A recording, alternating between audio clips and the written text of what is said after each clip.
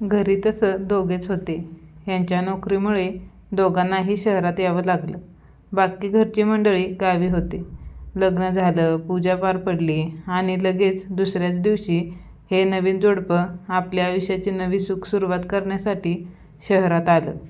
आले त्या रात्रीच्या सामानाची आवराआवर करून दमून हे दोघेही झोपी गेले. दुसऱ्या दिवशी सकाळीच उठून तिने त्याच्यासाठी डबा केला. तिच्या मनात एक दुःख मात्र सलत होतं.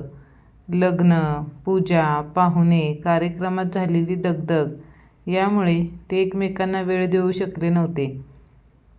ती किचनमध्ये जेवण बनवत असतानाच हा फ्रेश होऊन खाली आला. इकडच्या तिकडच्या गप्पा करत दोघांचा चहा नाश्ता झाला. संध्याकाळी लवकर भेटू असे बोलून तो तिने केलेला डबा घेऊन त्याच्या ऑफिसला निघून गेला. त्याच्या जाण्याच्या पाठमोऱ्या आकृतीकडे ही थोडा वेळ बघत राहिली. नंतर गालातल्या गालात हसत तीही तिच्या कामाला निघून गेली. संध्याकाळी तिचं जेवण आणि बाकीची कामं आवरून त्याची वाट बघत होती. त्याला सरप्राईज द्यावं म्हणून ती खोलीत जाते आणि खोली सजवू लागते. खोलीतल्या पलंगावर छानशी पांढरी स्वच्छ चादर, त्यावर मोगरा आणि गुलाबाच्या फुलांच्या पाकळ्या टाकून छान हार्ट शेपमध्ये सजवलं.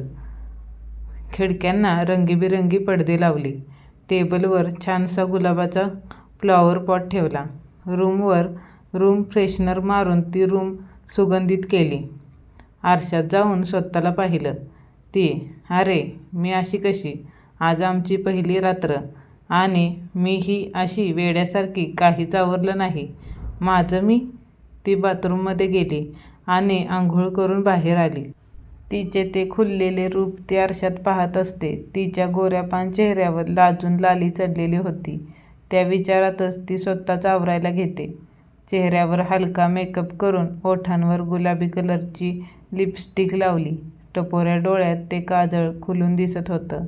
केसांची हलकी वेणी घालून छोटीशी लावलेली क्लिप, त्यात मोहक आणि सुगंधी मोगऱ्याचा गजरा माळला आणि एक लाल कलरची नेटची साडी नेसून तयार झाली.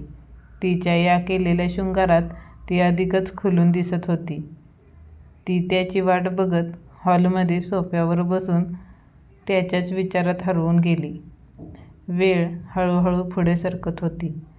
आता तर रात्रीचे 11:30 वाजले. ती त्याची वाट बघून दमून सोफ्यावरच झोपी गेली. थोड्याच वेळात हलक्या पावलांनी तो आत आला. तिला असं सजलेले पाहून त्याच्या काळजाचं पाणी पाणी झालं होतं. त्याने हळूच त्याच्या बॅगमध्ये हात घालून गजरा बाहेर काढला आणि हळूच तिच्याजवळ गेला. आजच्या या मधुचंद्रासाठी, खास तिच्यासाठी म्हणून तो गजरा आणलेला होता. तो हळूच गजरा तिच्या केसात माळत असतो आणि त्याच्या स्पर्शाने तिला जाग आली. त्याला असं समोर पाहून ती जरा जास्तच लाजली. दोघेही जेवायला जातात. एकमेकांना घास भरवत दोघे जेवण केले. ती बाकीचं आवरत असते आणि हा खोलीत येतो तर आश्चर्यच होतं. खोली एकदम छान अशी सजवलेली होती.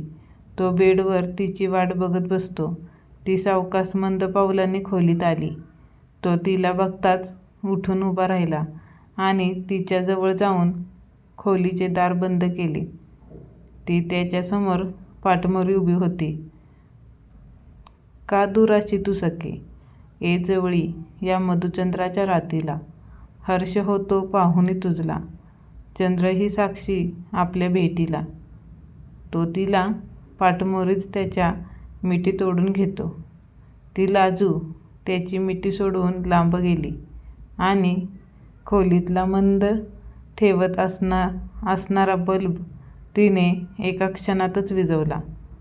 तो चचपडत तिच्याजवळ आला.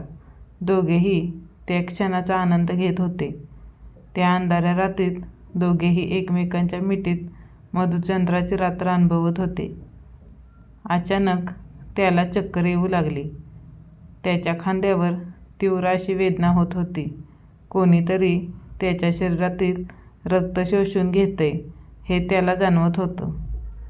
ती वेदना त्याला सहन होत नाही आणि तो तिला ढकलून त्याच्यापासून बाजूला करतो. तिला जोरात धक्का लागून तिचा हात त्या बंद असलेल्या बल्बच्या बटनवर गेला आणि मंद लाईट लागली. त्या थोड्याशा प्रकाशात तिचं ते रूप पाहून त्याच्या काळजात धडकीच बसली. तिचे ते बाहेर आलेले 2 मोठे सुळे दात, त्यांना लागलेले त्याचे रक्त, विद्रूप अशी तिची अवस्था, आणि तीही त्याच्याकडे बघून खुनशी हसत होती. तू तू जिवंत कशी काय? तू तर मेली होतीस. आम्हीच तर मारलं होतं तुला. मग तू परत कशी आलीस? त्याचं लक्ष त्याच्या खांद्याकडे गेलं. त्याच्या खांद्याला मोठी जखम झालेली होती. त्यातून रक्ताची धार लागली होती.